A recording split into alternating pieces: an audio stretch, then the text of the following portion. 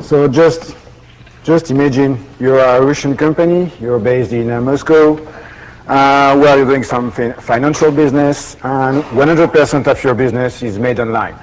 So maybe you don't know, but you're the perfect target for this kind of extortion attack. So briefly, the very simple and insecure architecture, where you've got the client, you've got the internet, well, big router indeed, which does some routing and some ACLs, very basic one, and some front-end servers and database in the back. So in terms of functional aspects of the front-end servers, well, what basically they do some user authentication. They get the request from the user and then format them and forward them to the GB servers. That's it. Technically speaking, the application is running on top of high TCP port, and all the traffic is encrypted with proprietary encryption. Okay. Also, something that's quite important is that this end user is very paranoid and doesn't provide any information about the application, the network, or whatever. So, the first wave. Well, on T0, well, some misbehavior were identified. So basically, front-end servers started to freeze. Also, it was not possible to establish any more connection to the server. And we also identified some very high usage, CPU usage on the routers. So we did some traces of the traffic, and we discovered something which is very classical. So it means we've got a single target on single port, and we've got thousands of different sources. And, well, all the packets were only SIMs. So this is typically a SIM flap. Well, like 30 minutes later, the IT manager was contacted via the ICQ, and, well, just had to pay for a certain amount of $1 million, else the attack would start again in 36 hours and would last forever. Well, this end user didn't give us any details about the amount and the way to, well, to give the money. But from my experience, there are two main ways. First one is just to pay a consulting company to get protection. The second one is, well, just to transfer the money. Each time it's consulting company or bank, which are in such countries that you cannot sue them. And, well, 60 minutes after the beginning of the attack, everything stopped, and that's it. So, first of all, what can you do against SYNFLAT? From the end user point of view, the best solution is to implement what we call the SYN cookies.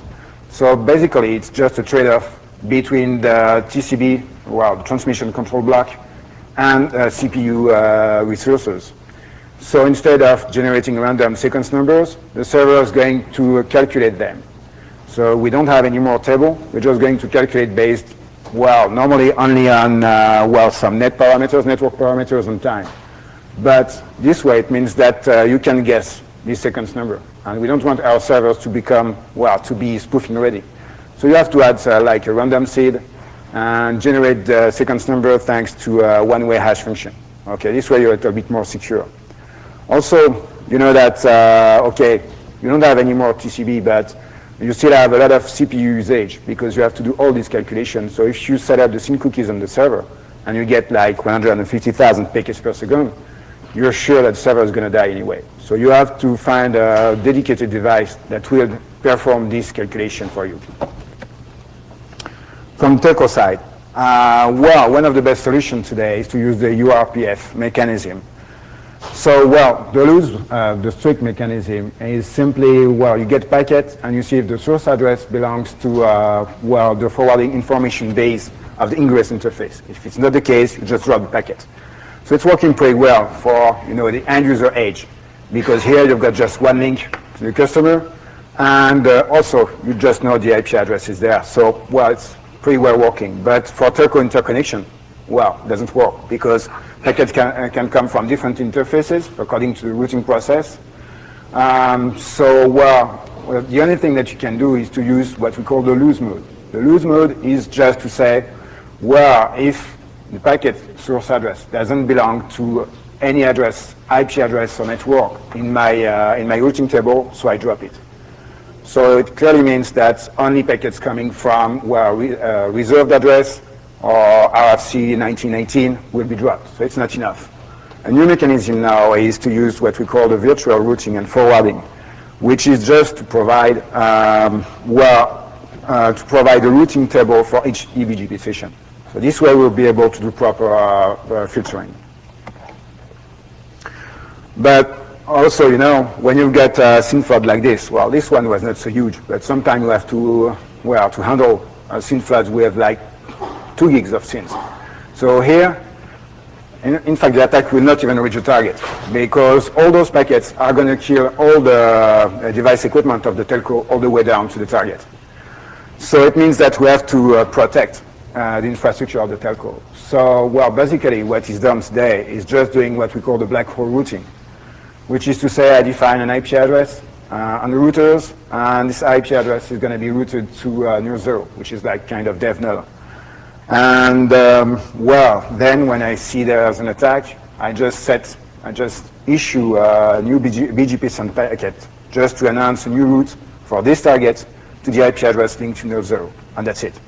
So, okay, from the attacker point of view, and even for the end user, it's like the DoS attack is successful because no packet can go anymore to the target, but we preserve the infrastructure of the telco. Okay, so we had 36 hours to protect this end user. Well, there were some issues anyway. First of all, black hole routing was not acceptable. Well, it's normal. This guy wanted this application to remain reachable from the internet. What's more, you cannot call a telco and just tell him, well, you have to set up something in 36 hours. You know that this kind of infrastructure cannot be changed so fast. So we had to, just say we're alone, and we analyzed a little bit what we got. First of all, we had spoofed sources. Okay, it was obvious, so we cannot set up ACL. Also, another issue is that, you know, this attack was a non-standard port, and there was no scanning before. So it means that the attacker knew the application. So, it's probable that it's got the client, the proprietary client, and also it's going to launch application layer attacks. So it was a major concern for us. So, in 36 hours, what could we do, and what did we? First of all, we provided a specific device just to provide SYN cookies protection. Okay, that's one. Also, we set up a stateful firewall behind the SYN cookie device. Because if you just set up the stateful firewall before all those SYNs are filtered, you're sure that the firewall is going to die because that's too much packet per second to analyze. And we had some limits. We were very afraid about the internet access router because 150,000 packets per second is hardly the limit you can handle. So, second wave. First, we had some layer level attack, network level attack. It started with the same SYN flood that we had for the first wave. So we were not really afraid about that, except that we were interested in all the attack, mechanism because we were there when it started. And we saw that there were 3 steps. First of all, we had like 50K packets per second. Then 5 minutes later, it grew up to 100 and then 150. That was interesting for further analysis because we thought that there are multiple botnets involved in the attack. And all this has been successfully blocked, so we were quite happy with that. And 20 minutes, half an hour after the beginning of the second wave, we started to see new packets. So we had, an extra 50K packets first, but it was no more SYNs. It were, anomaly packets. So this is also a way to generate some denial of service attacks. These were like Christmas tree with this infamous push flag. We had some land attack and some SYNAC reflection, which usually damage your servers. And what was funny is that at first we had like 150K packets for just SYN flood and 50K packets for anomalies. And it changed to 100K and 100K, and then 100K for 50Ks for SYNs and 150 for anomalies. So we see that the bots have been reconfigured to change the attack and try to have it effective. And what can you do against this kind of attack? In order to detect what seems obvious is just to say, okay, I've got a set of signatures. I'm going to analyze each and every packet against these signatures. That's too much signatures, too much packet. You're going to kill your device, your IDS, IPS, or whatever. The second solution is that, well, just think about it. You know, this kind of attack rely on very high load of packets. So maybe you can just sample traffic and maybe analyze and compare just one packet out of 100 or 1,000. So this works pretty well. Another way is just to do some heuristic analysis. So, but we couldn't do that here because we didn't have any baseline. Okay, we were under attack. So how to know which is normal traffic, abnormal traffic? So we had to rely on the second solution. In terms of blocking, you know, this kind of attack can be blocked with a stateful firewall. Because when you receive a SYNAC from a reflection attack, it's SYNAC not belonging to any session. It's going to be dropped. When you got a Christmas tree, that's the same. So, but the problem here, once again, is the performance of the firewall.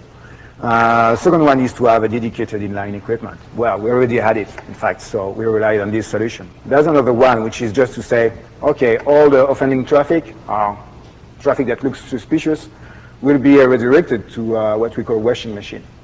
So it's pretty cool because the machine, well, this device just have to handle suspicious traffic. So there's a need for performance which is a little bit lower. However, here the end user didn't want us to touch the router or whatever. So, okay, we kept on working with this equipment we had in mind, and it worked pretty well. So, okay, we're quite happy. But, well, we're afraid to get some application layer attacks, and this is what we got. Well, what happened here? It's very simple, you know. Sessions were completely established this time. It was not SYN cookies or SYN flood or this kind of attack, just SYN, SYNAC, hack, and then send some garbage to the server. Okay, nothing to do with the application, but anyway. And what happened is that after like 5,000 sessions per second, well, the server would not accept any more connections. So I think we reached a kind of internal limit of the application. And there was no way to prevent this kind of attack except if you got more information about this application. Well, I told you, those guys were very paranoid, and the only thing they said is that in the first data packet, the payload will start with 0001. That's it. So the only solution was to set up a stateful rule that would say, okay, I get SYN, SYNAC, hack, and then a packet, and the first bytes of the TCP data will be 0001. Okay, it worked pretty well also. What was interesting also is that at this stage, the attacker had to reveal the IP addresses of its bots because it's through TCP sessions, so no more spoofing is possible. So we started to think about how we can maybe, sue the guy. But we don't have much time to think about that because, well, we started to have very weird kind of packets. Well, once again, session is established, and then we got these packets coming from the boats with, the TCP data starting with 0001 and then some garbage. And then the application crashed, well, since the first packet. So I guess it was kind of, you know, buffer overflow in the application. But once again, customer didn't want us to have access to the system, or read the dumps, whatever.